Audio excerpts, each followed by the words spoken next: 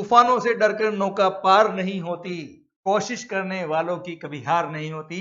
My dear friends, indirect tax CA final fast track batch formula 50 हम पढ़ रहे थे, हम बात कर रहे थे।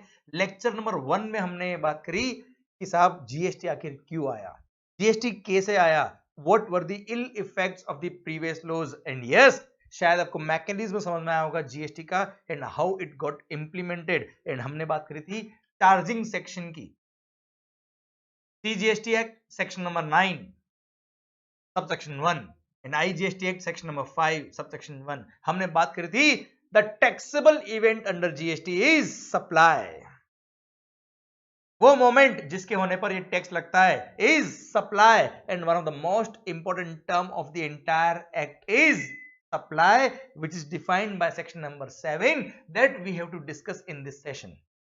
Clear? So दोस्तों शुरू करते हैं हम definition of supply.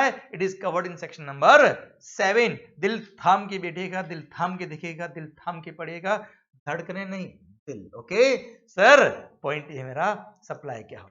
आइए सरकार, हमने लास्ट ही बात करी थी taxable event under GST is supply and it is defined in section number 7। देखिए ध्यान से सेक्शन नंबर 7 क्या बोलता है, बहुत शानदार पॉइंट। एंड आपको पता होगा जीएसटी लॉ जो गवर्नमेंट ने ड्राफ्ट किया है, ये कई साल के जो इनके एक्सपीरियंस थे, एक्साइज लॉ के, सर्विस टैक्स के, वेट लॉ के, कस्टम्स लॉ के, इन सबको यूज करके इन्होंने ये एक्ट बनाया है, बहुत सोच समझ के बनाया है। एंड यस, दिमाग खराब होने वाला आपका। क्लियर? आराम से बात करिएगा ढंग से। सर एक एक वर्ड उन्होंने चुन चुन के लिए। Clear? Section number 7 subsection 1 ये कहता है the term supply, and one of the most important word जो आपके सामने आ रहा है, the term supply include, the term supply includes, okay, the term supply includes clause A, clause B, clause C. The term supply includes clause A, clause B and clause C. Sir सबसे पहले तो हम बात करेंगे इसका meaning क्या, supply includes A B C, इसका meaning क्या है। अच्छा, क्लोज नंबर ए बी और सी में क्या लिखा है ये हम डिस्कस कर लेंगे, पर पहले मुझे ये समझाओ आप, सप्लाई इंक्लूड्स क्लोज ए, क्लोज बी और क्लोज सी, इसका मतलब क्या सर? इंक्लूड्स वर्ड का मतलब, definition is inclusive. What does it mean? मतलब ये एग्जॉस्टिव डेफिनेशन नहीं है। अरे इसका मतलब क्या है? इसका मतलब ये है तुम भी हो। मतलब सर अगर यहां लिखा होता supply means clause A B और सी, का मतलब होता तुम ही हो, एग्जॉस्टिव डेफिनेशन होता। मतलब अगर supply means A B C लिखा होता तो ए बी और सी में जो लिखा है वही सप्लाई है, उसके अलावा कुछ भी नहीं है। पर यहां लिखा है supply includes clause A B और सी, मतलब सप्लाई में ये सब भी आता है। It means government has used their brain and they have not closed the definition of supply, they have kept it open. मतलब अगर कोई ट्रांजैक्शन सप्लाई के स्कोप से बाहर निकल जाए, क्लोज ए बी और सी बाहर, तो वो भी सप्लाई के स्कोप आने के लिए गवर्नमेंट ने लिखा क्या, हमने तो लिखा है साहब supply includes A B C. केवल ये ही तो नहीं है, केवल ए बी और सी ही सप्लाई नहीं है, और भी कुछ हो सकता है। Clear? No doubt clause number A B और सी में इन्होंने लगभग सारे ट्रांजैक्शन कवर कर लिए, पर yes using their past experience इन्होंने जानबूझ के वर्ड लिखा सप्लाई इंक्लूड्स, सो दैट इसका स्कोप बड़ा बन जाए। देखिए सप्लाई मींस ए होता है तो ये ही है, इसके बाहर अगर कुछ हुआ तो सप्लाई में नहीं। जैसा आपने देखा होगा या आपने एक्सपीरियंस किया होगा शायद लाइफ के अंदर, सर कई बार आपने किसी को लाइफ में, या कई बार नहीं तो एक बार तो कभी किसी को लाइफ में बोला होगा माय लाइफ मीन्स यू, मेरी जिंदगी का मतलब तुम ही हो। और अगर आपको किसी ने बोल दिया या आपने किसी को किया माय लाइफ इंक्लूड्स यू, चपाक, मतलब मेरी जिंदगी में तुम भी हो। सर वही डिफरेंस है यहाँ पर। क्लियर? चलो शुरू करते हैं हम सप्लाई का definition. The term supply includes, clause number A says that the term supply includes all forms of supply such as sale, exchange, barter, transfer, lease, licence, rental और डिस्पोजल ऑफ व्हाट? गुड्स और services और both. When such supplies are made or agreed to be made by a person for a consideration and it should be course or furtherance of business, तो वो supply है। Sir आप बोल रहे हो पता नहीं क्या बोले जा रहे हो, सब गायब हो गया। डोंट वरी, अभी मैंने बोला है, अभी मैं आपके सामने लिखता हूं कि आखिर सप्लाई के स्कोप में क्या क्या आ रहा है। ओके सर देखना ध्यान से। The term supply section number 7 subsection 1 clause ए की बात कर रहा हूं। ये बोलता है supply includes all forms of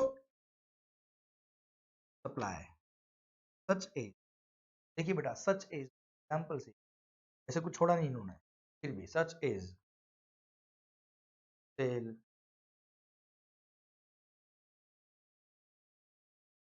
barter, transfer, lease, sale, rental और मतलब सब ट्रांजेक्शन, भले वो गुड्स के हो या सर्विसेज। समझाएंगे एक एक वर्ड को समझाता हूं मैं। Disposal of what? Goods or service or both. एक बार लिखता हूं फिर हम एक एक वर्ड को समझेंगे। When such supplies are made or agreed to be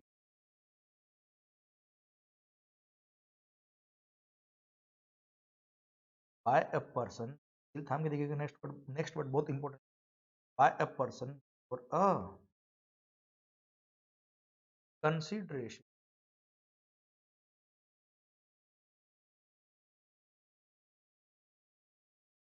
course or of okay sir ये आपके सामने आ गया है section number 7 subsection 1 clause ए। अभी हम बात करते हैं, डिस्कस करते हैं क्या क्या कवर हो गया इसके अंदर।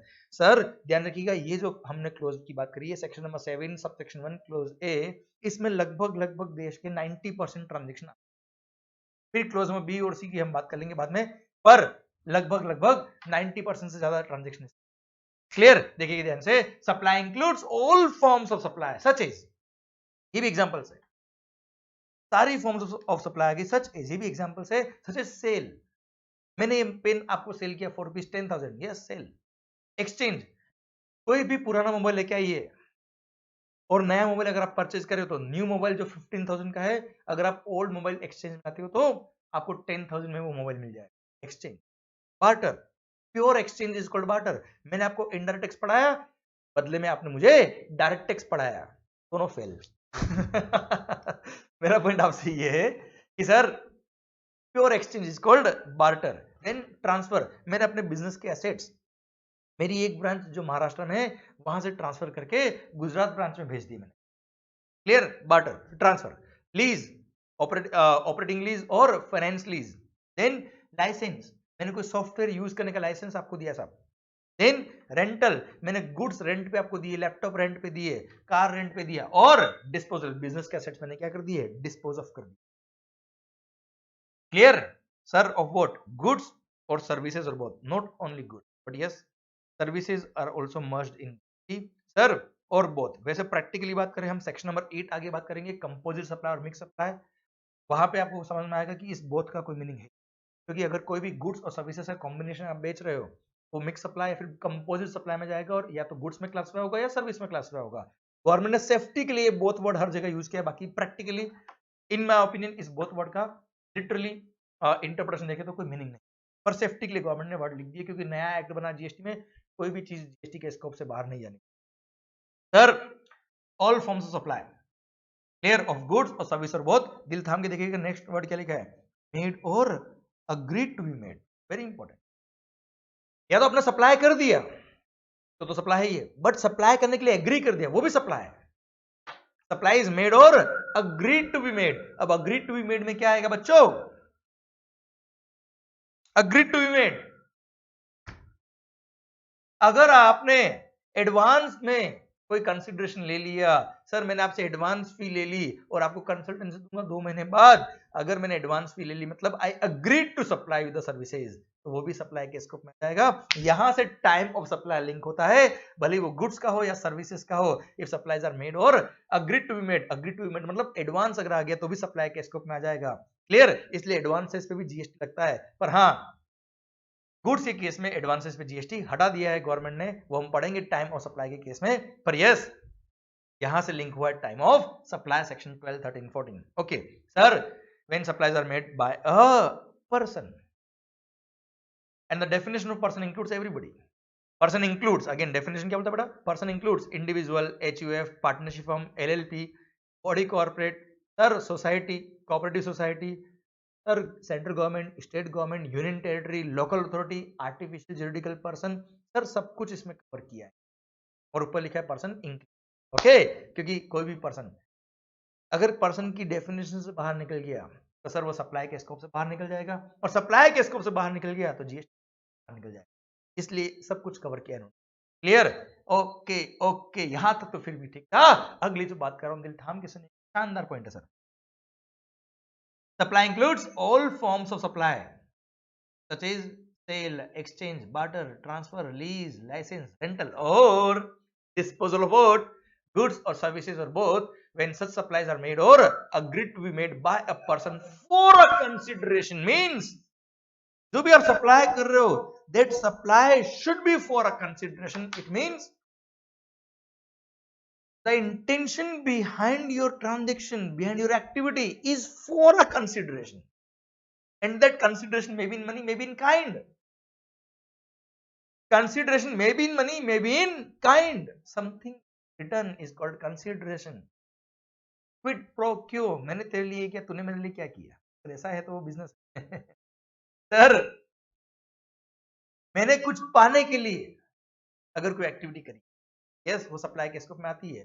क्लियर? सर मैंने आपसे डायरेक्ट टैक्स पढ़ना था, इसलिए मैंने आपको इनडायरेक्ट टैक्स पढ़ाया। That is for a consideration. तो मेरा पॉइंट आपसे ये है, supply should be for a consideration. The activity जो आप कर रहे हो, the intention behind that activity is the consideration. आपके दिल से पूछेगा क्या आपने फीस के लिए काम किया, भले वो फीस मनी में हो या काइंड में, फर्क नहीं पड़ता। अगर आपका दिल कहता है यस, तो वो सप्लाई है, वो कंसिडरेशन है। Clear? There should be direct nexus, there should be direct link between activity and consideration. Example देता हूं मैं आपको बेटा। सर मैंने आपको कोचिंग पढ़ाया, जो हमारी पेड सर्विसेज है, जो हमारे बैचेस होते हैं, full course batch, fast track batch, ये जो हमने आपको पढ़ाया है फॉर अ कंसिडरेशन पढ़ाया। यस, ये सप्लाई के स्कोप में। पर कई सारे वीडियोस, फ्री रिसोर्सेज, जैसे हर चैप्टर का chapter wise revision lecture, amendment lectures, कई सारे फ्री रिसोर्सेज जो हम यूट्यूब पे डालते हैं, आरटीपी, एमटीपी, ये सब discussion, sir those are not for a consideration, वो सप्लाई के में नहीं आएंगे। पर मान लो सर आपने कभी किसी की हेल्प करी, क्या कोई फीस के लिए करी? Is it for a consideration? No. पर आपने उसकी हेल्प करी, उसकी जिंदगी बन गई, और उसने आपको कोई गिफ्ट लाके दे दिया, 1 लाख रुपए का गिफ्ट था, या 1 लाख रुपए कैश दे दिया। तूने मेरी हेल्प करी, मजा आ गया, ये 1 लाख रुपए रख, और खास बात आपने ले लिया। मेरा क्वेश्चन आपसे ये, क्या उस पर जीएसटी लगेगा? नो। क्यों नहीं? क्योंकि there is no direct nexus between activity and consideration. क्या आपने उस कंसिडरेशन के लिए काम किया था? नहीं, इसलिए it's not supply at all. Clear? Sir your intent was not for a consideration, there was a casual link between activity and that 1 lakh rupee, but not a direct nexus. Direct link नहीं था बेटा, उस consideration के लिए आपने काम नहीं किया, इसलिए वो सप्लाई के स्कोप में नहीं आएगा। चलो एक और एग्जांपल ले लेता हूं मैं आपके लिए। मान लो किसी चैरिटेबल इंस्टीट्यूशन में या किसी मंदिर में, मस्जिद में आपने कोई डोनेशन दिया, भगवान पास करा देना, क्या फीस दे रहे हो क्या भगवान? कोई फीस है क्या? भगवान ने कोई फीस मांगी है आपसे काम करने के लिए? Never. Sir it's a voluntary contribution, nothing else sir, it's not a fee at all, it's not a consideration at all, there is no point of GST. अच्छा चलो, आपने किसी हॉस्पिटल, किसी एजुकेशनल इंस्टीट्यूशन या कोई चैरिटेबल इंस्टीट्यूशन को आपने कोई 10 लाख रुपए डोनेशन दिया और आपको थैंक यू कहने के लिए, ध्यान देना सर्कुलर बेटा ये वाला, आपको थैंक यू कहने के लिए just to show their gratitude, उन्होंने कहीं दीवार पे या कहीं पे भी आपका नाम लिख दिया, साहब ब्ला ब्ला ब्ला पर्सन से 1 लाख रुपए रिसीव हुए, thank you so much, 10 lakh रुपए रिसीव हुए, आपका बहुत बहुत धन्यवाद। आप देखना कई सारी धर्मशालाएं जो होती है सर, उनके बाहर वहां जो आप देखिए रूम जो होते हैं ना, कमरे या बेंचेस जो होती है, आपने बेंच बनवा के दे दी वहां पे, तो उस पर लिखा होता है थैंक यू इनकी याद में, इन दी मेमोरीज ऑफ दिस पर्सन। कई बार होता है इस तरह का। क्या वो आपका मार्केटिंग कर रहे हैं क्या? नहीं, just to show their gratitude, उन्होंने थैंक यू कहा आपको by putting your name on the name plate somewhere else in the premises of the charitable institution. That is not a fee. 10 lakh रुपए लेने के लिए उन्होंने वो नहीं किया, that is not a consideration at all, और वो सप्लाई के स्कोप में नहीं आएगा। क्लियर? क्योंकि your intention was not of fee. Clear? चलो इसको मैं रिवर्स राउंड में पूछता हूं आपसे। मान लो किसी चैरिटेबल इंस्टीट्यूट यहाँ पे एक बहुत बड़ा इवेंट हो रहा था, वहां बहुत सारे लोग आते हैं, उसने आपको अप्रोच किया और उसने आपको बोला कि आपके बिजनेस का साइन बोर्ड या लोगो या कोई प्रमोशनल एडवर्टाइजमेंट आप हमारे यहाँ हैंग कर दीजिए, आपका बहुत मार्केटिंग होगा, अगेंस्ट में हमको आपको, इफ यू अग्रीड, तो क्या किया? Now this charitable institution was bound to put your sign board और your advertisement on that place against rupees 10 lakh. Now they are supplying you sale of space for advertisement services against consideration। जो 10 लाख अब आपने दिया वो donation नहीं है, भले ही उन्होंने रिसीट पे लिख दिया कि received a donation of rupees 10 lakh from mister Mangal, पर ये डोनेशन नहीं है। कि नाम डोनेशन लिखने से डोनेशन नहीं होता है, क्लियर इंटेंट देखना पड़ेगा। They were contractually bound to display your name of the business. Clear? तो ऐसे केस में सप्लाई के स्कोप में आएगा, उस पर जीएसटी लगेगा। बट जस्ट आपने कोई डोनेशन दिया, आपको थैंक यू कहने के लिए, just to show their gratitude, उन्होंने कहीं नाम आपका डिस्प्ले किया, इट डजंट मीन कि वो आपके बिजनेस प्रमोट कर रहे हैं, वो सप्लाई के स्कोप में नहीं आएगा। क्लियर? समझे मेरी बात? तो supply should be for a consideration. Clear? आप अपने दिल से पूछिएगा क्या ये काम जो किया वो फीस के लिए किया? अगर यस तो वो सप्लाई के स्कोप में आएगा, it is for a consideration. Clear? Okay sir, but every transaction which is made for consideration did not be a supply because it should be in the course or furtherance of business। Sir example देता हूं मैं आपको। अरे आपने आपकी घर की old jewellery बेच दी, पैसे नहीं थे, सट्टा खेलना था, मजे मारने थे, पार्टी बनानी थी, गोवा घूमने जाना था, पैसे नहीं थे, क्या करे? सर घर की ओल्ड ज्वेलरी बेच दी आपने, 5 लाख रुपए आ गए, माहौल मजे। मेरा पॉइंट आपसे ये है, 5 लाख रुपए में जो आपने ज्वेलरी बेची घर की पुरानी, क्या वो सप्लाई के स्कोप में आएगा? नहीं, because those are not your business assets, those are not stock of your business, that is not in the course or furtherance of business, it's not supply at all। Second question, sir अगर आपका jewellery का business होता, अब आपने jewellery बेची, तो yes it is in the course और furtherance of business for a consideration, supply है सर। एक और एग्जांपल, उससे पहले बताता हूं, बिजनेस के स्कोप में ध्यान रखिएगा, बिजनेस डेफिनेशन डिफाइन किया, बहुत वाइड डेफिनेशन है, everything is covered here. Business includes commerce, industry, trade, profession, vocation etcetera, या इनसे रिलेटेड कोई एक्टिविटी करी या इनके रिलेशन में कोई एक्टिविटी करी, वो सब बिजनेस के स्कोप।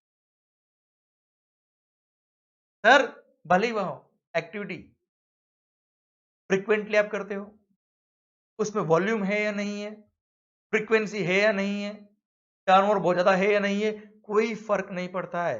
क्लियर? सब कुछ कवर होता है बिजनेस के स्कोप।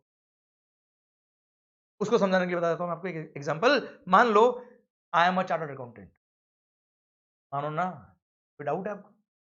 मेरे को भी बता के, मेरा पॉइंट आपसे ये है, मान लो I am a chartered accountant पढ़ाता हूं बच्चों को।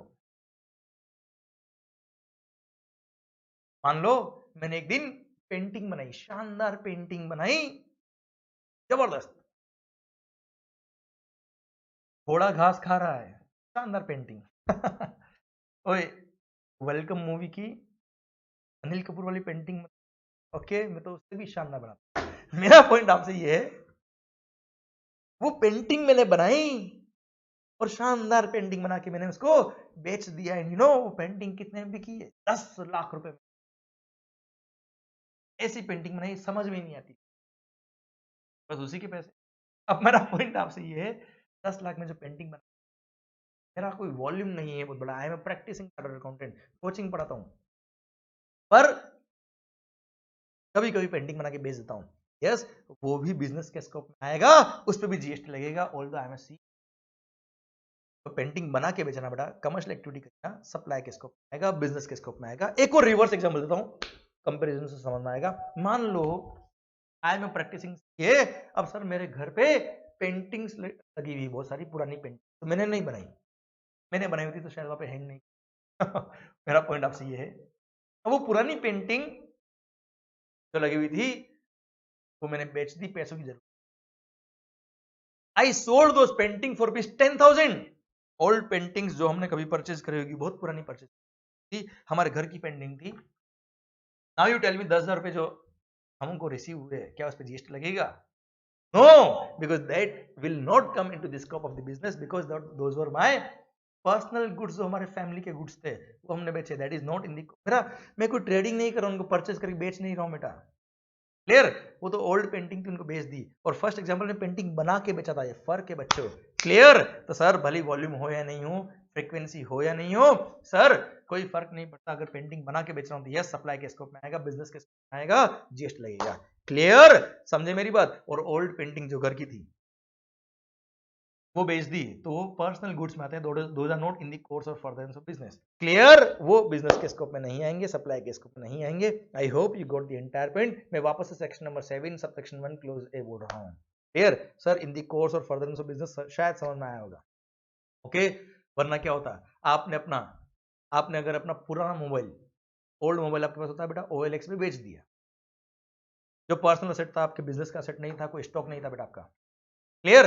पर्सनल असेट अगर आपने बेच दिया OLX पर, 10,000 रुपए में आपने पुराना मोबाइल बेच दिया, क्या उस पर जीएसटी लगाओगे? No, because that is not in the course और फर्दरेंस ऑफ बिजनेस। पर बिजनेस का असेट अगर आपने बेचा है, यस, इन द कोर्स और फर्दरेंस ऑफ बिजनेस में आता है वो, और ऐसे केस में जीएसटी, ओके? तो सर ये था section number 7 subsection 1 clause A. मैं वापस से रिपीट करता हूं बच्चों आपके लिए, section number 7 subsection 1 clause A बोलता है, supply includes all forms of supply such as sale, exchange, barter, transfer, lease, licence, rental और disposal of both goods or service, or both when such supplies are made और agreed to be made by a person for a consideration, but it should be in the course और furtherance of business.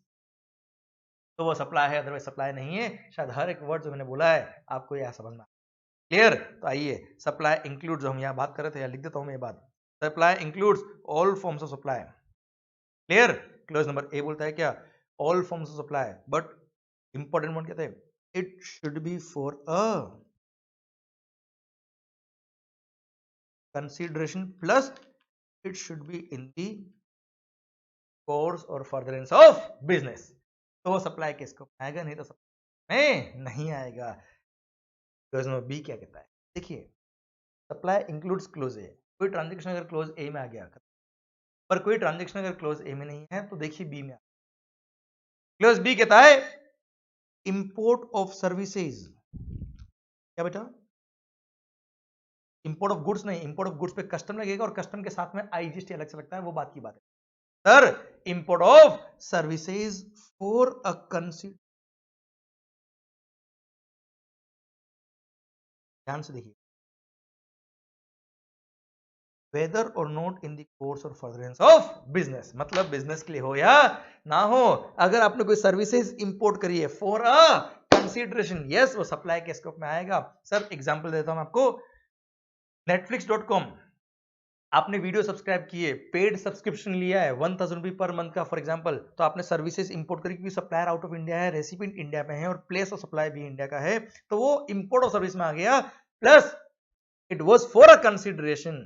अब भले ही वो Netflix का subscription आपके business के लिए, फिर भी वो सप्लाई के स्कोप में आएगा, वहां जीएसटी लगेगा। जीएसटी कौन पे करेगा ये मेरा टॉपिक अभी नहीं है, पर यस वो सप्लाई के स्कोप में आएगा।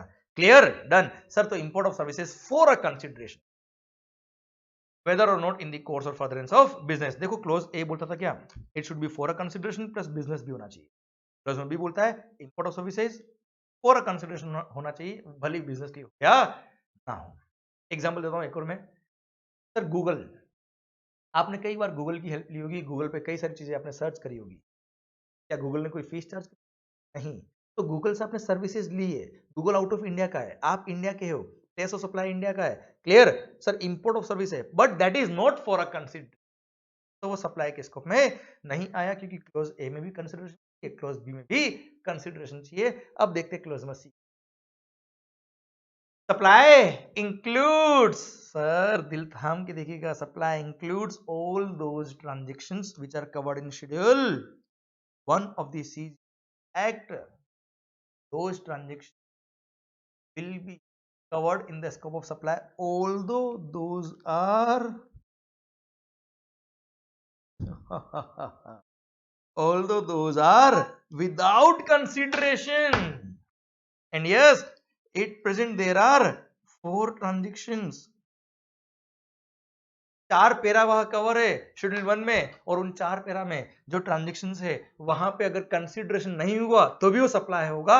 सर ध्यान दीजिएगा, क्लोज ए में कंसिडरेशन होना चाहिए प्लस बिजनेस भी होना चाहिए, क्लोज बी में import of services for a consideration होना चाहिए, भले बिजनेस हो या नहीं हो। क्लोज में सी बोलता है कोई बात नहीं, कंसिडरेशन नहीं भी है तो भी वो सप्लाई होगा अगर वो ट्रांजेक्शन शेड्यूल 1 में कवर है तो। एंड एट प्रेजेंट शेड्यूल 1 में 4 ट्रांजेक्शन है। आइए बात करते हैं शेड्यूल 1 की, बड़ा इंपॉर्टेंट प्रोविजन है। क्लियर, तो ध्यान रखिएगा, कभी भी लाइफ में या एग्जाम में कोई क्वेश्चन आ जाता है जहां पे कंसिडरेशन है, तो देख लीजिएगा क्लोज ए में कवर है या फिर बी में कवर, और अगर कंसिडरेशन नहीं है तो क्लोज सी में कवर होगा, और अगर क्लोज सी में कवर नहीं है, वो 4 ट्रांजेक्शन में वो कवर नहीं होता है ट्रांजेक्शन, तो सप्लाई ही नहीं। क्लियर, तो सर ध्यान रखिएगा, कभी भी लाइफ में कोई क्वेश्चन आता है सबसे पहले आप देखिए वो सप्लाई है या नहीं है। सप्लाई के लिए देखेंगे क्लोज नंबर ए में नहीं तो बी देखेंगे, बी में नहीं तो सी में देखेंगे, और सी में भी अगर कवर नहीं होता तो खत्म खेल, कोई सप्लाई ही नहीं है, सप्लाई नहीं तो ले भी नहीं होगा। क्लियर, चलिए अब हम बात करते हैं शेड्यूल 1 के वो 4 ट्रांजेक्शन है बच्चों। Sir schedule 1 4 transaction, first permanent transfer or disposal of the assets of the business where ITC has been availed. I repeat, permanent transfer or disposal of the assets of the business where ITC has been availed। मतलब for example, sir अगर आपने कोई business का asset purchase किया, उसके purchase पे आपने GST पे किया, उस जीएसटी पे आपने इनपुट टैक्स क्रेडिट ले लिया, और फिर उस असेट को आपने किसी को डोनेट कर दिया, although without consideration, especially donation is without consideration, sir now here no consideration is involved, then also this will be supply, because the purchase of that capital that goods you had availed the input tax credit। Clear sir, और उस पर GST पे करना पड़ेगा जब आप उसको permanently transfer. Okay, मैं लॉजिक समझाता हूं इसका विद एग्जांपल। सर सिंपल सा पॉइंट है, मैंने एक लैपटॉप परचेज किया अपने ऑफिस के लिए, अपने बिजनेस के लिए, उसके परचेज पर मैंने जीएसटी पे किया, और उसका इनपुट टैक्स क्रेडिट मेरे को गवर्नमेंट ने अलाउ किया क्योंकि वो मैंने बिजनेस के लिए परचेज किया। अब उस लैपटॉप को मैंने आईटीसी ले लिया, और फिर उस लैपटॉप को मैंने किसी चैरिटेबल इंस्टीट्यूशन को डोनेट कर दिया। आप मुझे बताओ, गवर्नमेंट ने आपको आईटीसी क्यों दिया भैया? आप उसको बिजनेस के लिए यूज करोगे, अब यूज तो कर नहीं रहे हो, और आपने उसको परमानेंटली किसी को ट्रांसफर कर दिया, तो ऐसे केस में क्या आईटीसी मिलना चाहिए क्या? नहीं ना। इसलिए गवर्नमेंट ने बोल दिया जब वो लैपटॉप को परमानेंटली ट्रांसफर करोगे तो ऐसे केस में वो सप्लाई के स्कोप में आ जाएगा, हम जीएसटी चार्ज कर लेंगे और अल्टीमेटली आपका आईटीसी रिवर्स हो जाएगा। क्लियर, आप सप्लाई के स्कोप में आ जाएगा, आप ये समझिए। ओके सर, अच्छा कितना जीएसटी पे करना पड़ेगा, किस अमाउंट पे करना पड़ेगा, वो सब बात में पढ़ेंगे हम, अभी हम सप्लाई में है कि नहीं वो। ओके, तो शेड्यूल 1 पैरा 1 कहता है परमानेंट ट्रांसफर और disposal of the asset of the business where ITC has been availed. अब ध्यान रखिएगा, सेकंड एग्जांपल, मैंने कोई लैपटॉप परचेज किया, उसके परचेज पे कोई आईटीसी नहीं लिया, और अब उस लैपटॉप को मैंने किसी को डोनेट कर दिया, कोई दिक्कत नहीं साहब, सिंस वो विदाउट कंसिडरेशन ट्रांजैक्शन है। तो सर सेक्शन नंबर सप्लाई में आ रहा है कि नहीं आ रहा है, क्वेश्चन ये है सर। क्लोज नंबर ए, section number 7 subsection 1 clause ए कहता है क्या, फॉर अ कंसिडरेशन होना चाहिए, clause B import of service for consideration, clause C without consideration. पर उसमें पैरा 1 बोलता है क्या, परमानेंट ट्रांसफर और disposal of the asset of the business supply होगा, पर वो सप्लाई तभी होगा अगर आपने उसके परचेज पे आईटीसी लिया था तो। पर अगर आईटीसी लिया ही नहीं, there is no point of supply at all. Clear? तो ऐसे केस में वो शेड्यूल 1 में भी कवर नहीं हुआ। मतलब अगर आपने कोई एसेट परचेज किया, उसके परचेज पे जीएसटी पे किया, उसका कोई आईटीसी नहीं किया, और अगर आपने किसी को परमानेंटली ट्रांसफर कर भी दिया तो भी वो सप्लाई के स्कोप में नहीं आएगा, क्योंकि यहाँ पे गवर्नमेंट को कोई लॉस। क्लियर? थर्ड एग्जांपल, मैंने कोई लैपटॉप परचेज किया, उसके परचेज पे जीएसटी पे किया, पर मैंने उसका आईटीसी नहीं लिया। क्लियर? मैंने परचेज किया, फिर थोड़े दिन बाद उस लैपटॉप को किसी को बेच दिया फॉर ₹1,00,000। अब बताइए, नाउ इट इज सप्लाई। क्यों? Section number 7 subsection 1 clause ए क्या कहता है, सप्लाई इंक्लूड सेल, सेल हुआ है सब, फॉर अ कंसिडरेशन हुआ है, हाँ, बिजनेस का एसेट बेचा है, हाँ, तो it is in the course of business. Clear? भले वो लैपटॉप बेचना मेरा बिजनेस नहीं, मेरा बिजनेस का एसेट था ना बेटा, वो बेचा तो भी बिजनेस के स्कोप में आता है वो। तो since it is for a consideration plus the course और फर्दरेंस ऑफ बिजनेस है, तो साहब क्लोज ए में कवर हो गया, सप्लाई हो गया। मतलब अगर आपने फॉर अ कंसिडरेशन कोई बिजनेस का एसेट बेचा है तो वो तो सप्लाई के स्कोप में आएगा ही आएगा, भले ही उसके परचेज पे आपने आईटीसी लिया या नहीं लिया। पर अगर आपने बिजनेस के एसेट को विदाउट कंसिडरेशन बेचा है, डोनेट कर दिया, किसी को ट्रांसफर कर दिया, तो वो सप्लाई के स्कोप में आएगा अगर उसके परचेज पे आपने आईटीसी लिया था तो। Okay, done. Schedule 1 para 1, schedule 1 para 2, supply of goods और सर्विसेज और बोथ, सप्लाई ऑफ गुड्स और सर्विसेज और both by a person to his related person or a distinct establishment or a distinct person। Sir सुनिए ध्यान से, supply of goods और services और both by a person to his related person or a distinct person in the course और furtherance of his business. अगर मैंने अपने related person को कोई भी गुड्स या सर्विस सप्लाई करी है, ऑल्दो विदाउट कंसिडरेशन है, but if it is in the course और फर्दरेंस ऑफ बिजनेस, तो वो सप्लाई के स्कोप में आएगा। एग्जांपल, मान लो मैंने अपने रिलेटेड पर्सन को इनडायरेक्ट टैक्स पढ़ाया, उससे कोई फीस चार्ज नहीं किया, since it was in the course of furtherance of my business, although it was without consideration, फिर भी सप्लाई के स्कोप में आएगा और जीएसटी। क्लियर? समझा मेरी बात? सर एक और एग्जांपल, मान लो मैंने अपने रिलेटेड पर्सन को, या सर चलो यही एग्जांपल लेता हूं, मान लो अपने किसी रिलेटेड पर्सन से मैंने कोई दिल की बात शेयर, सर अब क्या बताऊं मैं, दर्द भरी बातें। सर मेरा पॉइंट आपसे ये है, मैंने अपने रिलेटेड पर्सन से कुछ दुख दर्द शेयर किए, उसने मुझे एडवाइस दी, उसने बोला यशवंत ऐसा नहीं ऐसा करिए, ये जिंदगी में मजा आ जाएगा, और मैंने वो इंप्लीमेंट किया और जिंदगी बर्बाद होने से बच गई। मेरा पॉइंट आपसे ये है कि सरकार, उसने जो मेरा रिलेटेड पर्सन था उसने चार्ज नहीं दिया ऑब्वियसली। सर मेरा पॉइंट आपसे ये है कि उन्होंने जो एडवाइस मेरे को दी, क्या वो सप्लाई है क्या? नो। क्यों नहीं? क्योंकि उन्होंने सर्विसेज दिए मुझे, विदाउट कंसिडरेशन दिए, रिलेटेड पर्सन है मेरे, but that was not in the course और furtherance of his business, that's why it's not supply at all. वरना दो रिलेटेड पर्सन का आपस में बात करना बंद हो जाता, सर हस्बैंड वाइफ का आपस में बात करना बंद हो जाता, वाइफ हस्बैंड कुछ पूछती, हस्बैंड जवाब नहीं देता, क्लियर, और वाइफ बोलती तुम मेरे आंसर का जवाब नहीं दे रहे हो, मेरे क्वेश्चन का जवाब नहीं दे रहे हो, क्यों नहीं दे रहे हो? हस्बैंड बोलता अरे पगली मैं तेरे से नाराज नहीं हूं, मैं तेरे को जवाब दूंगा टेस्ट लग जाए। क्लियर? हो जस्ट किडिंग। क्लियर? इसलिए it should be in the course और furtherance of business. Clear?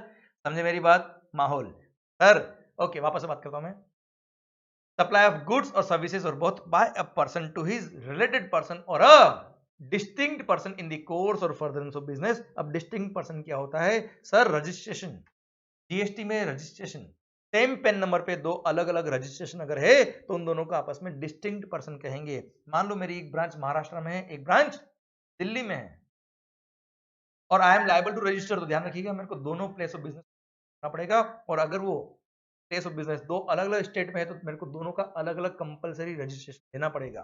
Clear? अब सेम पेन नंबर पे दो अलग अलग नंबर है, दोनों का आपस में क्या कहेंगे? Distinct person. अच्छा मेरी एक ब्रांच महाराष्ट्र में, दूसरी ब्रांच भी महाराष्ट्र में ही है, सर अब if I am liable to register, तो मैं चाहूं तो दोनों के लिए सिंगल रजिस्ट्रेशन नंबर लेके एक प्लेस को प्रिंसिपल प्लेस ऑफ बिजनेस और दूसरे को एडिशनल प्लेस ऑफ बिजनेस दिखा सकता हूं अगर सेम स्टेट में है तो, और मेरी चॉइस है, मैं चाहूं तो दोनों का अलग अलग रजिस्ट्रेशन। पर अगर दोनों का मैंने अलग अलग रजिस्ट्रेशन नंबर लिया है तो वो डिस्टिंक्ट पर्सन कहलाएंगे। जैसे ही वो डिस्टिंक्ट पर्सन कहलाएंगे, मैंने कोई भी स्टॉक ब्रांच ट्रांसफर किया है तो भी सप्लाई ऑफ गुड्स के स्कोप में आ जाएगा। Clear, although it is without consideration but it was between distinct person, supply के स्कोप में आ जाएगा। पर अगर सिंगल रजिस्ट्रेशन नंबर होता within the same state, दो ब्रांचेस है, एक place principal place of business है, दूसरा एडिशनल प्लेस ऑफ बिजनेस है, हैविंग सेम रजिस्ट्रेशन नंबर, तो वो डिस्टिंक्ट पर्सन नहीं है। यहां अगर मैं स्टॉक का ब्रांच ट्रांसफर करता हूं, कोई स्टॉक यहां से वहां भेजता हूं, क्लियर, कोई सप्लाई के स्कोप में नहीं आएगा क्योंकि ये डिस्टिंक्ट पर्सन नहीं है। क्लियर, तो सर सप्लाई ऑफ गुड्स और सर्विसेज और both by a person to his related person or a distinct person in the course और furtherance of his business, although it is without consideration, फिर supply होगा। पर यहां पे एक एक्सेप्शन भी डाला हुआ है, sir as per definition of related person, employer and employee are related person. अब अगर एम्प्लॉयर एम्प्लॉय रिलेटेड पर्सन है, अब किसी एम्प्लॉयर ने अपने एम्प्लॉय को कोई गिफ्ट दिया है तो सर वो भी सप्लाई के स्कोप में आ जाएगा क्योंकि गिफ्ट तो विदाउट कंसिडरेशन होता है बेटा, और एम्प्लॉयर ने एम्प्लॉय को दिया है तो डेफिनेटली इन द कोर्स और फर्दरेंस ऑफ बिजनेस है। Clear, if it is in the course और furtherance of business to your related person although without consideration, supply हो जाएगा बच्चों। तो it will be very hardship for the businessman, इसलिए government ने यहाँ पे एक एक्सेप्शन कार्व किया और लिख दिया क्या, no doubt supply to related person without consideration is supply, but if an employer has given gifts up to an value of rupees 50,000, 50,000 रुपए तक की गिफ्ट दिए एक एम्प्लॉयर ने अपने एम्प्लॉय को पर एनम पर एम्प्लॉय, तो वो सप्लाई के स्कोप में नहीं आएगा। एग्जांपल, मान लो कोई जियो कंपनी का एम्प्लॉय है। अब सर जियो में अगर कोई काम करता तो वो एम्प्लॉय या उसके फैमिली मेंबर्स एक्सपेक्ट करते कि जियो एटलीस्ट एम्प्लॉय को अपने घर पे वाईफाई कनेक्शन ऐसा कंपनी करती है मान। अब जियो ने क्या किया, अपने एम्प्लॉय के रेजिडेंस पर वाईफाई कनेक्शन लगवा दिया, फ्री इंटरनेट जो वर्थ रुपीज 1000 पर मंथ है।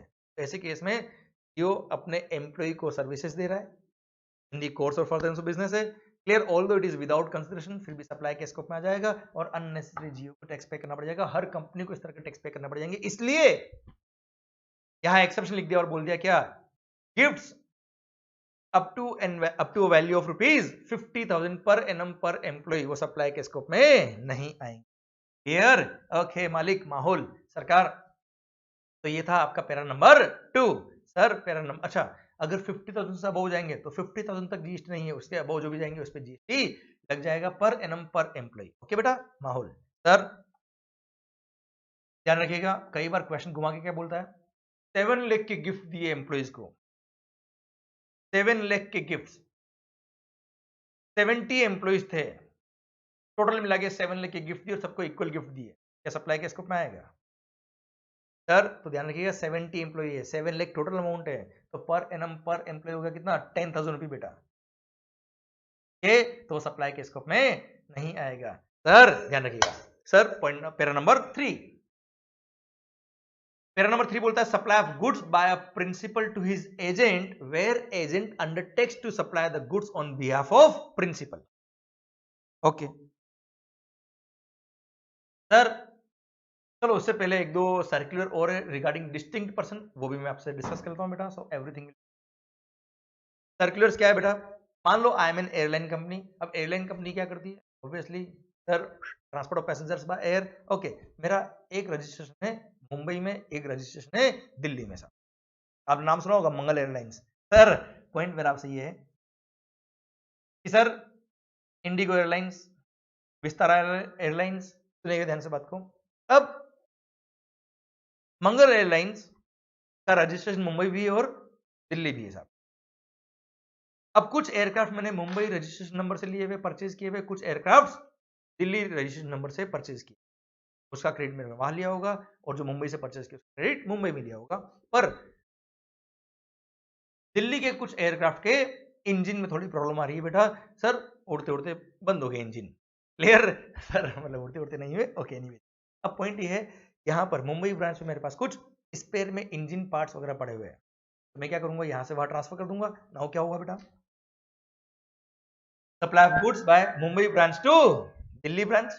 तो मुंबई से दिल्ली अगर गुड्स ट्रांसफर किया है, since both are distinct person, देखो इंटर स्टेट ब्रांच ट्रांसफर है मतलब वो definitely distinct, although it is without consideration.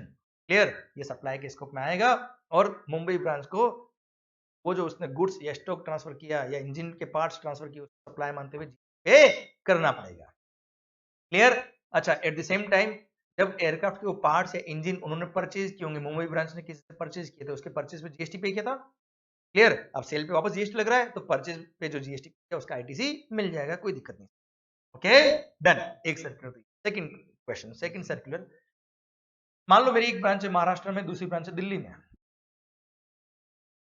For example, चलो एक ब्रांच है राजस्थान में, दूसरी ब्रांच है मध्य प्रदेश में। अब राजस्थान ब्रांच से मैंने मध्य प्रदेश ब्रांच कुछ गुड्स ट्रांसफर किए, तो जो गुड्स ट्रांसफर किए वो डेफिनेटली सप्लाई है। अब गुड्स कैसे ट्रांसफर करूंगा बेटा मैं, मेरे पास खुद की ट्रक है बेटा, लोडिंग ऑटो है, खुद के व्हीकल कुल मिला के। अब सर क्या किया मैंने, खुद के ही व्हीकल में, खुद के ही ट्रांसपोर्ट व्हीकल में मैंने वो गुड्स स्टॉक रखा और अपनी ब्रांच में भेज दिया। वहां पे क्या हुआ, वो गुड्स अनलोड हुए और वो ट्रक वापस रिटर्न हो गई बेटा। अब मेरा क्वेश्चन आपसे ये है, जब मेरे राजस्थान ब्रांच से मध्य प्रदेश ब्रांच गुड्स जब जा रहा है तो गुड्स तो सप्लाई हो गया क्योंकि गुड्स वहां जा रहा है, पर जो truck the conveyance which is carrying those goods, क्या वो कन्वेंस भी मैंने ट्रांसफर कर दिया? क्या कन्वेंस भी सप्लाई के स्कोप में आएगा क्या? सर आंसर है ऑब्वियसली नो, क्योंकि मैं जो मोड ऑफ कन्वेंस है उसको ट्रांसफर नहीं कर रहा, उसको सप्लाई नहीं कर रहा हूं, मोड ऑफ कन्वेंस को मैं सप्लाई नहीं कर रहा हूं sir. those are just being used to transport those goods from one branch to another branch। तो सेम वे सर, मैंने कभी भी किसी भी मोड ऑफ कन्वेंस, भले वो ट्रेन हो, भले वो लॉरी हो, भले वो ट्रक हो, भले वो एयरक्राफ्ट हो, भले वो कार हो, भले वो बाइक हो, या कोई भी मोड ऑफ कन्वेंस हो, अगर एक ब्रांच से दूसरे डिस्टिंक्ट पर्सन को अगर मैंने गुड्स ट्रांसफर करने के लिए या डायरेक्टर्स के मूवमेंट के लिए कोई मैंने कार यूज करी है, एम्प्लॉइज के मूवमेंट के लिए कोई मैंने बस या कार या बाइक यूज करी है, तो मोड ऑफ कन्वेंस सप्लाई नहीं हुआ है क्योंकि वो तो वहां केवल गया है, वापस आने वाला है। क्लियर, समझे आप मेरी बात बच्चों? Okay, this series making some mistake, it is disturbing me, बोल दो सर। पॉइंट समझ में आया आपको मेरा ये 100% माहौल? तो sir in such case mode of conveyance कभी भी सप्लाई नहीं होगा। क्लियर। अब मेरे को मोड ऑफ कन्वेंस जब वहां जा रहा है तो उसका डिलीवरी चालान देना पड़ेगा क्योंकि वो टैक्स इनवॉइस नहीं इश्यू करना पड़ेगा। गुड्स जो मैंने उस ट्रक में रखे भेजे हैं वो सप्लाई हुआ, उसका टैक्स इनवॉइस इश्यू करूंगा, पर मोड ऑफ कन्वेंस सप्लाई नहीं हुआ इसलिए उसका केवल डिलीवरी चालान भेज दूंगा। क्लियर। प्लस जो मध्य प्रदेश ब्रांच है उसने मान लो उस ट्रक की कुछ रिपेयरिंग करवाई, क्लियर, और राजस्थान ब्रांच से उसका कोई फीस चार्ज नहीं किया, तो since it was in the course of furtherance of their business, repairing will be supply of service by Madhya Pradesh branch to Rajasthan branch, क्योंकि राजस्थान ब्रांच की ट्रक को या व्हीकल को उसने रिपेयर की। क्लियर। ओके सर, पॉइंट आता है क्या, एक और एग्जांपल मान लो सर, हमारी एक इंजीनियरिंग कंपनी है बेटा, क्या करती है सर, बड़े बड़े पावर प्लांट्स, बड़े बड़े जो टर्न की प्रोजेक्ट होते हैं उनके रिपेयरिंग करती है। अब रिपेयरिंग करने के लिए क्या होता है साहब, बड़े बड़े प्लांट को खोल के तो अपने हिला नहीं सकते बेटा, तो क्या करते हैं हमने एक ट्रक बनाई हुई है, मतलब ट्रक है और उस पे सारी रिपेयरिंग की मशीन इंस्टॉल करी हुई सर।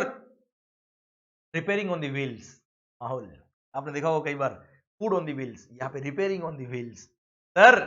तो हमने क्या किया सर, कभी भी किसी भी कस्टमर के यहाँ कभी भी कुछ रिपेयरिंग का ऑर्डर अगर आता है तो हम उस जो ट्रक है containing all the repairing machines, spare parts, tools, kits, spare machine भी हमारे पास होती है सर, जो स्टैंड बाय मशीन होती है, ट्रेन, ये सब कुछ उसमें रखा होता है सो दैट वहां जाके रिपेयरिंग परफॉर्म कर।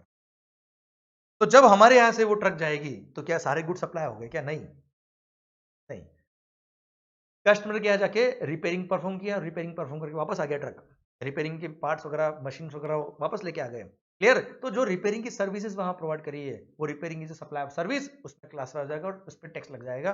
पर पॉइंट ये आता है कि मान लो वो रिपेयरिंग की जो हमारी ट्रक थी वो हमने हमारे ही किसी डिस्टिंक्ट पर्सन के यहाँ भेजी, तो उस ट्रक में जो कंज्यूमेबल थे, जो आइटम्स थे which were going to consume during the repairing process, तो वो आइटम्स तो क्या हो जाएंगे, सप्लाई हो जाएंगे, क्योंकि आइटम्स वापस आने वाले नहीं है क्योंकि रिपेयर में कंज्यूम हो जाएंगे। पर क्या वो truck, crane, stand by machine, जो एक्स्ट्रा मशीन हम भेजते हैं वहां पे, क्या वो भी सप्लाई हो गया? क्या नहीं, क्योंकि वो तो वापस रिटर्न होने वाले, वो सप्लाई के स्कोप में नहीं आएंगे। तो mode of conveyance, machineries etcetera जो हम वहां भेज रहे हैं वो सप्लाई के स्कोप में आएंगे। आपको ये हमेशा ध्यान रखना है कि वो जो गुड्स जा रहा है वो क्या जा रहा है या वापस आने वाला। वापस आने वाला तो सप्लाई के स्कोप में नहीं आता। Clear, done. सर ये कुछ सर्कुलर्स थे डिस्टिंक्ट पर्सन को समझाने के लिए, शायद आपको समझ में आराम से। ओके, आइए schedule 1 para number 3। Para number 3 बोलता है क्या कि sir, para number 3, supply of goods by a principal to his agent where agent undertakes to supply the goods on behalf of principal। क्या क्या क्या क्या क्या? Supply of goods by principal to his agent where agent undertakes to supply the goods on behalf of principal, वो supply के scope में आएगा। मतलब क्या हो गया इसका? फॉर एग्जाम्पल, मैं I am a manufacturer of this pen या मार्कर्स, ओके। आप पुणे के अंदर एक एजेंट हो, clearing and forwarding agent, F agent बोल दो, ऑक्शनियर बोल दो, कोई भी एजेंट, किसी भी तरह का एजेंट, कमीशन एजेंट बोल दो, कोई भी नाम दे दो sir, sale creditor agent, DC, कोई भी नाम दो, आप एजेंट हो। अब क्या करते हो सर? आप सर आप कस्टमर ढूंढते हो और आप कस्टमर से डील करके कस्टमर को गुड्स बेच देते हो। अब सर कस्टमर को गुड्स बेचने के लिए गुड्स तो आपके पास होने चाहिए ना यार। तो आप मेरे यहाँ से गुड्स अपने यहाँ मंगा के रखते हो, अपने स्टॉक रखते हो, वेयर हाउस करते हो, और जब कस्टमर का ऑर्डर आता है तो आप डायरेक्टली उसको प्रोसेस करके आप ये बेच देते हो। अब जब कस्टमर को आप बेचते हो तो कस्टमर को इनवॉइस आप खुद के नाम कर देते हो। If agent is issuing the invoice to the customer in his own name,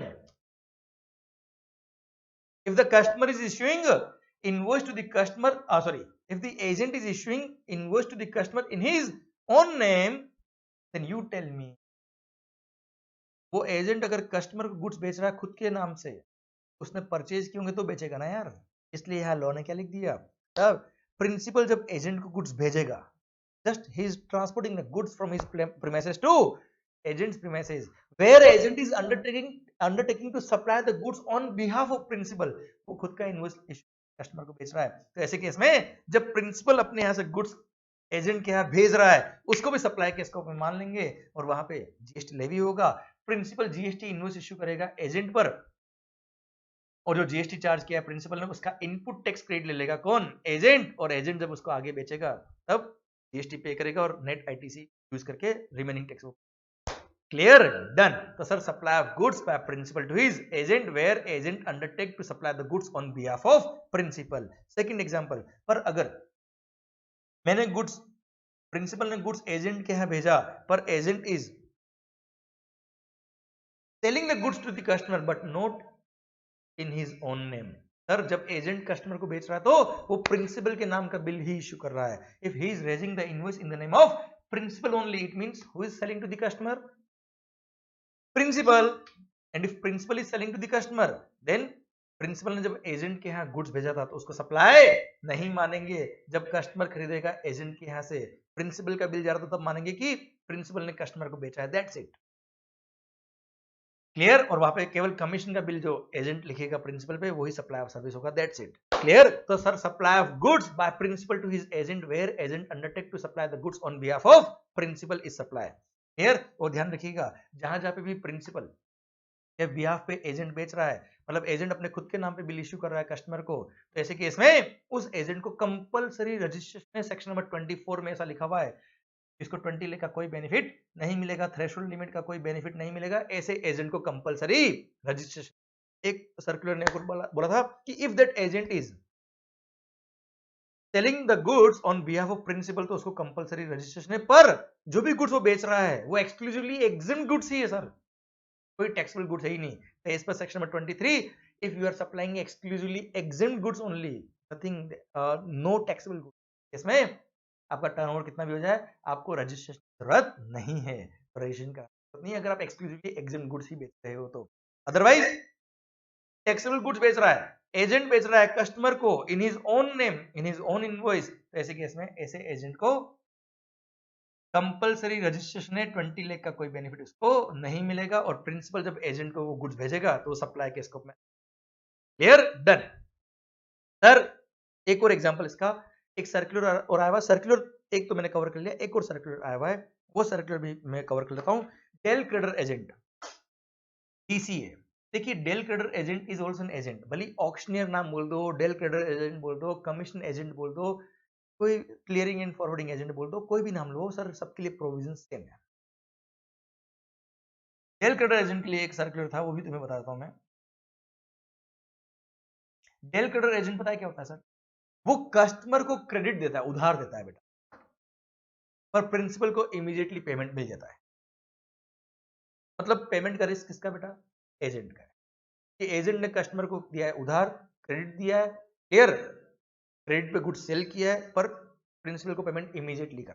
अब यहाँ पे टैक्सेशन का सिस्टम क्या है, वैल्यूएशन में एक इशू था, वो क्लेरिफाई किया इन्होंने। सबसे पहली बात तो आप कॉन्ट्रेक्चुअल ऑब्लिगेशन देखेंगे कि क्या वो शेड्यूल 1 के पैरा 3 में कवर हो रहा है, क्या वो एजेंट, अगर वो एजेंट प्रिंसिपल के नाम का बिल इश्यू कर रहा है कस्टमर को, सपोज 1 करोड़ का माल सेल किया है, 1 करोड़ की गुड सेल करी, किसने, उस एजेंट ने, किसको, कस्टमर को। 1 CR का सेल किया एजेंट ने कस्टमर को, और बिल जो इश्यू किया वो प्रिंसिपल के नाम का इश्यू किया, इट मींस प्रिंसिपल ने कस्टमर को बेचा बेटा, it means agent is not supplying the goods to the customers, वो शेड्यूल 1 में कवर नहीं हो रहा है। ऐसे केस में प्रिंसिपल जब एजेंट के गुड्स भेजेगा वो सप्लाई में नहीं आएगा। अब जब प्रिंसिपल कस्टमर को बेच रहा है गुड्स, 1 करोड़ का गुड्स है, अब ऐसे केस में क्या होगा बेटा, डेल क्रेडिट एजेंट प्रिंसिपल को इमीडिएटली पेमेंट करेगा 1 CR, और 3 मंथ का क्रेडिट दिया है उस एजेंट ने, किसको, कस्टमर को, against which that agent will charge interest from the customer. ब्याज जो इंटरेस्ट अर्न कर रहा है कस्टमर से, कौन, एजेंट, क्या वो सप्लाई के स्कोप में आएगा, क्या वो वैल्यू में इंक्लूड होगा कि नहीं होगा। पहली बात तो आप मुझे बताओ, ये ट्रांजैक्शन सिंपली क्या हुआ है, एक तरह से हुआ है कि कस्टमर ने डायरेक्ट खरीदा गुड्स किससे, प्रिंसिपल से, और 1 करोड़ का जो कंसिडरेशन था 1 CR का लोन दे दिया एजेंट ने उस कस्टमर को।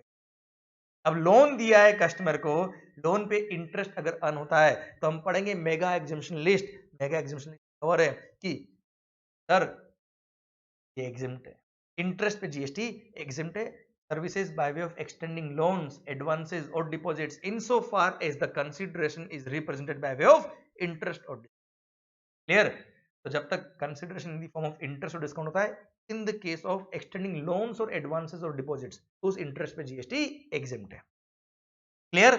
और यहां पर इस केस में सिंस एजेंट ने कस्टमर को गुड्स नहीं बेचा था, तो एजेंट ने केवल लोन दिया है कस्टमर को, तो ऐसे केस में उस इंटरेस्ट पे जीएसटी नहीं लगेगा। सेकंड केस, अगर वो एजेंट अपने खुद के नाम का इनवॉइस इश्यू कर रहा होता कस्टमर को, तो ऐसे केस में प्रिंसिपल ने जब एजेंट का गुड्स भेजा तो ये मान लिया सप्लाई हो गया।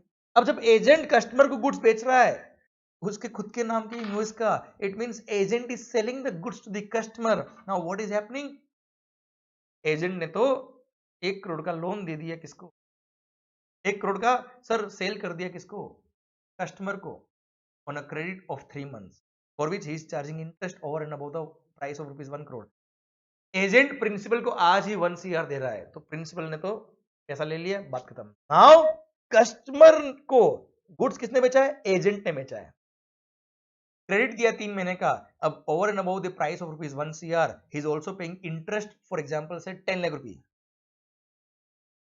तो यहां पे जब आप अपने कस्टमर को गुड्स बेचते हो और उससे over and above the price कोई इंटरेस्ट या लेट पेमेंट फी या कुछ भी नाम से कुछ पैसा एक्स्ट्रा चार्ज करते हो, तो as per section number 15 subsection 2 clause number D, वो इंटरेस्ट या लेट पेमेंट फी और चार्जेस और penalty will also form part of value of supply, उसको भी वैल्यू में इंक्लूड करेंगे। और ऐसे केस में ये माना जाएगा कि उसने 1 करोड़ का गुड्स बेचा, 10 लाख रुपए इंटरेस्ट लिया, तो ये मान लेंगे कि एजेंट ने कस्टमर को 1 करोड़ 10 लाख में गुड्स बेचा है, एंड नाउ दिस 10 लाख रुपए interest will also form part of value of supply, और उस 10 लाख पे भी जीएसटी लगेगा। यहां पे लोन दिया ये नहीं मानेंगे, यहाँ पे लोन वाला इंटरेस्ट नहीं मानेंगे और इसको नॉर्मल वैल्यू में इंक्लूड करके इस पे भी चार्ज कर देंगे। Clear, done. पर अगर रिपीट कर रहा हूं, अगर एजेंट ने कस्टमर को जब गुड्स दिया होता तब प्रिंसिपल के नाम का बिल इश्यू किया होता, तो प्रिंसिपल बेच रहा है गुड्स किसको, कस्टमर को यहाँ पे। क्लियर,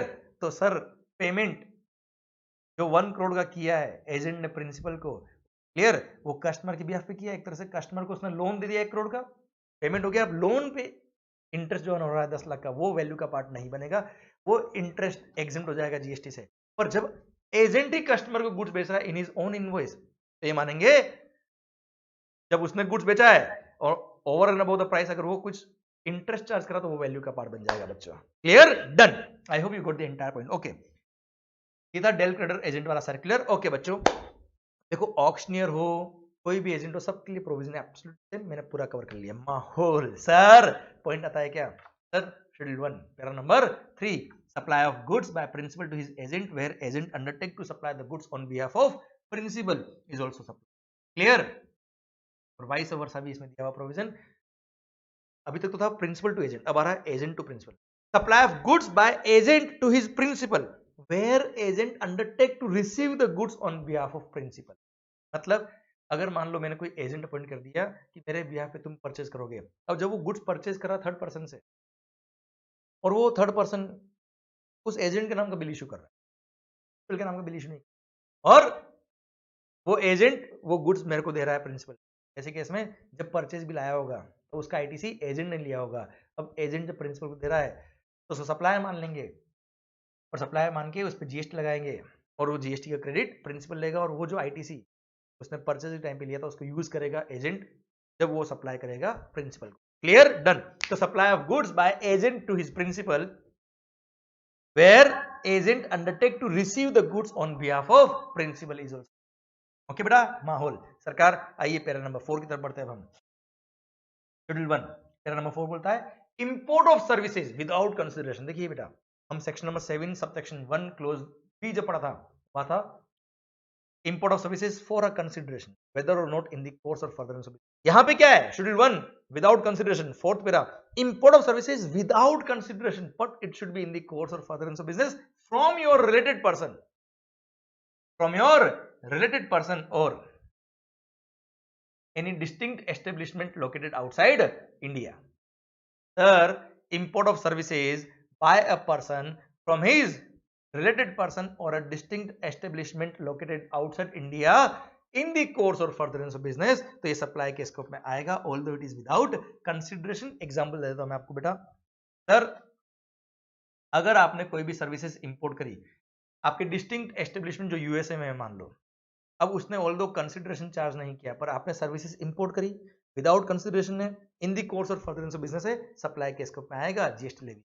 अच्छा, import of services by a person, पहले लिखा था बाय अ टैक्सेबल पर्सन, पहले लिखा था import of services by a taxable person, अभी लिखते हैं import of services by a person. मतलब भले आप जीएसटी में रजिस्टर्ड हो या ना हो उससे फर्क नहीं पड़ता। Import of services by a person in the course of furtherance of business from your related person or a distinct establishment located outside India, तो सप्लाई के स्कोप में आएगा although without consideration है। एक और एग्जांपल सुनिए, अच्छा पॉइंट है, यानी कि रिलेटेड पर्सन की डेफिनेशन में ब्रदर सिस्टर भी आते हैं अगर वो आप पे डिपेंडेंट है तो,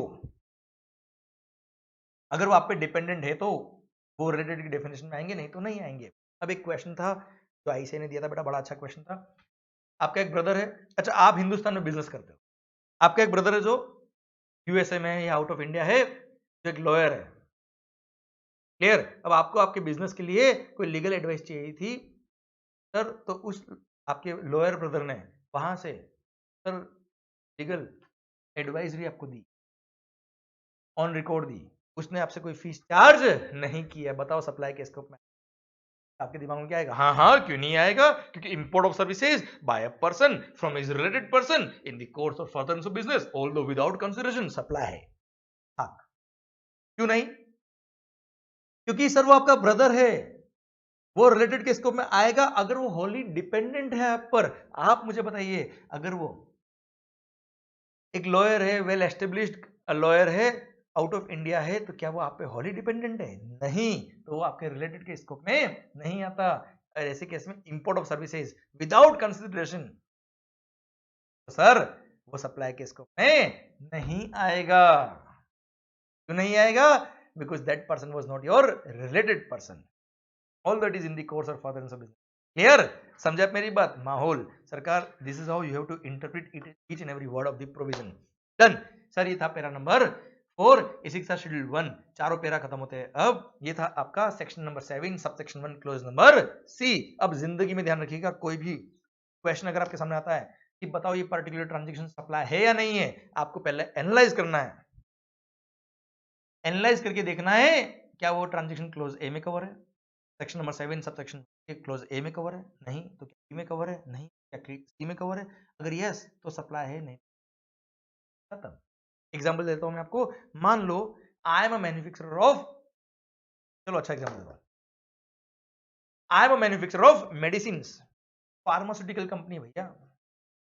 मैं क्या करता हूं, मैं मैन्युफैक्चर करता हूं क्या, मेडिसिन, एंड मैंने मेडिसिन मैन्युफैक्चर करके डॉक्टर्स को फ्री सैंपल दिए, फार्मास्यूटिकल कंपनी ने डॉक्टर्स को फिजिशियन सैंपल्स दिए free of cost, obviously free sample तो फ्री।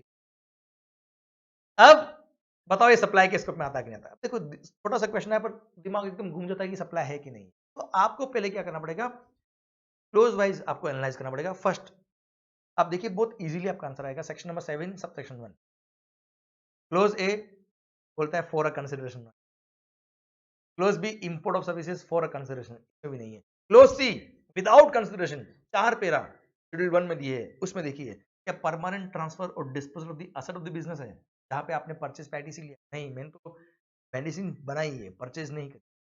सेकंड, क्या सर आपने रिलेटेड पर्सन या डिस्टिंक्ट पर्सन की बात आ रही है क्या, कि डॉक्टर से साहब वो इंडिपेंडेंट पर्सन से रिलेटेड पर्सन या distinct person. Third, principal to agent या एजेंट टू प्रिंसिपल, नहीं। Fourth, import of services from your related person और डिस्टिंक्ट एस्टेब्लिशमेंट आउटसाइड इंडिया, नहीं सर, तो ये सप्लाई के स्कोप में आ ही नहीं रहा। मतलब अगर आपने कोई सैंपल्स फ्री ऑफ कॉस्ट लोगों में बांट दिए तो ऐसे केस में सप्लाई के स्कोप में नहीं आ रहा। This is how you have to interpret, you have to analyse and then only you have to give. Sir देखो बच्चों, we are the coach, you are the player, खेलना आपको ही पड़ेगा। सर ध्यान रखिए, कभी भी स्पून फीडिंग पे बिलीव मत करिए। सर आप कॉन्सेप्ट को समझिए। देखो आंसर याद करने से मतलब नहीं है, आप आंसर डिराइव करना सीखिए। आंसर कैसे आता है उसको क्लियर। आप 1000 क्वेश्चन भी सोल्व कर ले, पर अगर कॉन्सेप्ट्स नहीं समझे, कैसे आंसर लाना है वो नहीं समझे, तो वो 1000 क्वेश्चन हो सकता है आपके काम। पर अगर आपने लो को इंटरप्रेट करना समझ लिया, लो को अप्लाई करना समझ लिया, तो हो सकता है सर दुनिया का कोई भी क्वेश्चन आ जाए आपका आंसर आपको मिलेगा, क्योंकि आप फॉर्मूला से आंसर। क्लियर? ओके, ये था आपका सेक्शन नंबर 7 सब सेक्शन 1। आइए सेक्शन नंबर 7 सब सेक्शन 1 एक पढ़ते हैं। पहले ये था क्लोज नंबर डी, यहां पर पहले क्लोज नंबर डी हुआ करता था जिसको कट किया और उसको फिर सब सेक्शन 1A बना दी। कुछ कंफ्यूजन थे इंडस्ट्री में, क्योंकि वहां पे क्लोज नंबर डी अगर होता तो supply includes clause number D में आ रहा था, वो भी सप्लाई के स्कोप में आ रहा था, पर इंटेंट ऑफ द गवर्नमेंट ये नहीं था, इसलिए रेट्रोस्पेक्टिव अमेंडमेंट करके क्लोज डी को डिलीट किया और सबसेक्शन 1A बनाया। रेट्रोस्पेक्टिव कब से? 1 जुलाई 17 से, जब से जीएसटी इंट्रोड्यूस हुआ तब से रेट्रोस्पेक्टिवली चेंज किया और सबसेक्शन 1A इंट्रोड्यूस करके बोल दिया क्या, all those transactions which are supply as per subsection 1, जो सप्लाई ऑलरेडी है, जो ट्रांजेक्शंस सप्लाई ऑलरेडी है एज पर सबसेक्शन 1, उन ट्रांजेक्शंस में अगर कोई डिस्प्यूट है तो उन डिस्प्यूट्स को क्लेरिफाई करने के लिए हमने शेड्यूल 2 दिया है और शेड्यूल 2 देके हमने क्लेरिफाई किया है ये particular transaction supply of goods कहलाएगा और ये particular transaction supply of service कहलाएगा। Sir there were certain transactions जिनमें डिस्प्यूट थे कि whether it is supply of goods or supply of service, तो सर उनको क्लेरिफाई करने के लिए शेड्यूल 2 आया। मैं बार बार वर्ड यूज कर रहा हूं क्लेरिफाई करने के लिए, यस, क्योंकि शेड्यूल 2 ने कोई नया ट्रांजेक्शन नहीं लिखा कि ये भी सप्लाई होगा, नहीं। अगर कोई transaction as per section number 7 subsection 1 supply के स्कोप में ऑलरेडी आ रहा है, अब उसमें डिस्प्यूट है कि ये सप्लाई है कि नहीं है, ये सप्लाई ऑफ गुड्स है कि सप्लाई ऑफ सर्विस है, तो हम शेड्यूल अगर कोई ट्रांजेक्शन सप्लाई ही नहीं है, there is no point of discussion. Okay, अगर कोई ट्रांजेक्शन शेड्यूल 2 में लिखा भी है कि आप साहब ये सप्लाई ऑफ गुड्स है या सप्लाई ऑफ सर्विस है, पर वो ट्रांजेक्शन अगर सबसेक्शन 1 के हिसाब से सप्लाई ही नहीं है, तो सर वो सप्लाई ही नहीं है। अब बात ही नहीं आएगी कि सप्लाई ऑफ गुड्स है कि सप्लाई ऑफ सर्विस है। क्लियर? डन। तो उसी को क्लेरिफाई करने के लिए क्लोज नंबर डी को डिलीट करके सबसेक्शन 1 ए लेके आके उन्होंने क्लियरली ये लिख दिया कि अगर कोई ट्रांजेक्शन सप्लाई है एज पर सबसेक्शन 1 तो ही बात करेंगे सबसेक्शन 1 ए की, तो ही बात करेंगे शेड्यूल 2 की। आइए अब हम बात करते हैं शेड्यूल 2 की, और शेड्यूल 2 ने क्या लिखा है हम देखते हैं, समझते हैं बच्चों। शेड्यूल 2 ने 7 पैरास दिए। अच्छा ध्यान से सुनना, 7 पैरास दिए और 7 पैरास में 7 इंडस्ट्रीज को कवर किया जहां डिस्प्यूट थे पुराने लॉ के अंदर। सर्विस टैक्स, एक्साइज, वैट, इनमें बहुत झगड़े हुआ करते थे, क्योंकि wait was the revenue of state government, service tax was the revenue of central government. अब कोई ट्रांजैक्शन गुड्स का ट्रांजैक्शन अगर होता था तो वेट का रेवेन्यू आएगा गवर्नमेंट को, स्टेट गवर्नमेंट को, और अगर वो सप्लाई ऑफ सर्विस के स्कोप में आ गया तो सर्विस टैक्स मिलेगा सेंट्रल गवर्नमेंट को। झगड़े हुए थे बेटा, works contract, restaurant, finance lease, इनमें बहुत डिस्प्यूट्स थे, उन सबको क्लेरिफाई कर दिया शेड्यूल 2 ने, और सर बोल दिया ये सप्लाई ऑफ गुड्स है, ये सप्लाई ऑफ सर्विस। पर वो पढ़ने से पहले, वो डिस्कस करने से पहले आपके दिमाग में हो सकता है एक क्वेश्चन आए, हो सकता है आपके माइंड में एक पॉइंट आएगा, सर एनीवेज कोई ट्रांजैक्शन सप्लाई ऑफ गुड्स है या सप्लाई ऑफ सर्विस है, anyways tax is being charged which is called GST. जब एक ही टैक्स लग रहा है गुड्स एंड सर्विसेज टैक्स, तो सर क्यों हम दिमाग लगा रहे हैं, क्यों डिफाइन करने की जरूरत पड़ी कि ये सप्लाई ऑफ गुड्स और ये सप्लाई ऑफ सर्विस है? सर क्योंकि नो डाउट टैक्स तो जीएसटी है ही है। फॉर ऑपरेटिंग प्रोविजंस गुड्स के लिए कुछ अलग है, सर्विसेज के लिए कुछ अलग है। जैसे टाइप ऑफ सप्लाई गुड्स के लिए अलग है, सर्विसेज के लिए अलग है। जैसे एग्जांपल देता हूं मैं, इंपोर्ट ऑफ सर्विसेज पे जीएसटी लगता है, इंपोर्ट ऑफ गुड्स पर कस्टम लगता है ना बच्चों? तो हमको समझना पड़ेगा ना यार। प्लेस ऑफ सप्लाई के प्रोविजंस आईजीएसटी एक्ट में जब हम देखेंगे, गुड्स के लिए अलग है, सर्विसेज के लिए अलग है। That's why schedule 2 is relevant, schedule 2 हमें पढ़ना पड़ेगा। क्लियर माहौल सरकार? तो शेड्यूल 2 आई होप अब हम शुरू कर सकते हैं। क्लियर? चलो एक काम करते हैं, एक ले लेते हैं छोटा सा ब्रेक, और उसके बाद हम बात करते हैं शेड्यूल 2 के सारे ट्रांजेक्शन। ओके बच्चों, माहौल, थैंक यू सो मच।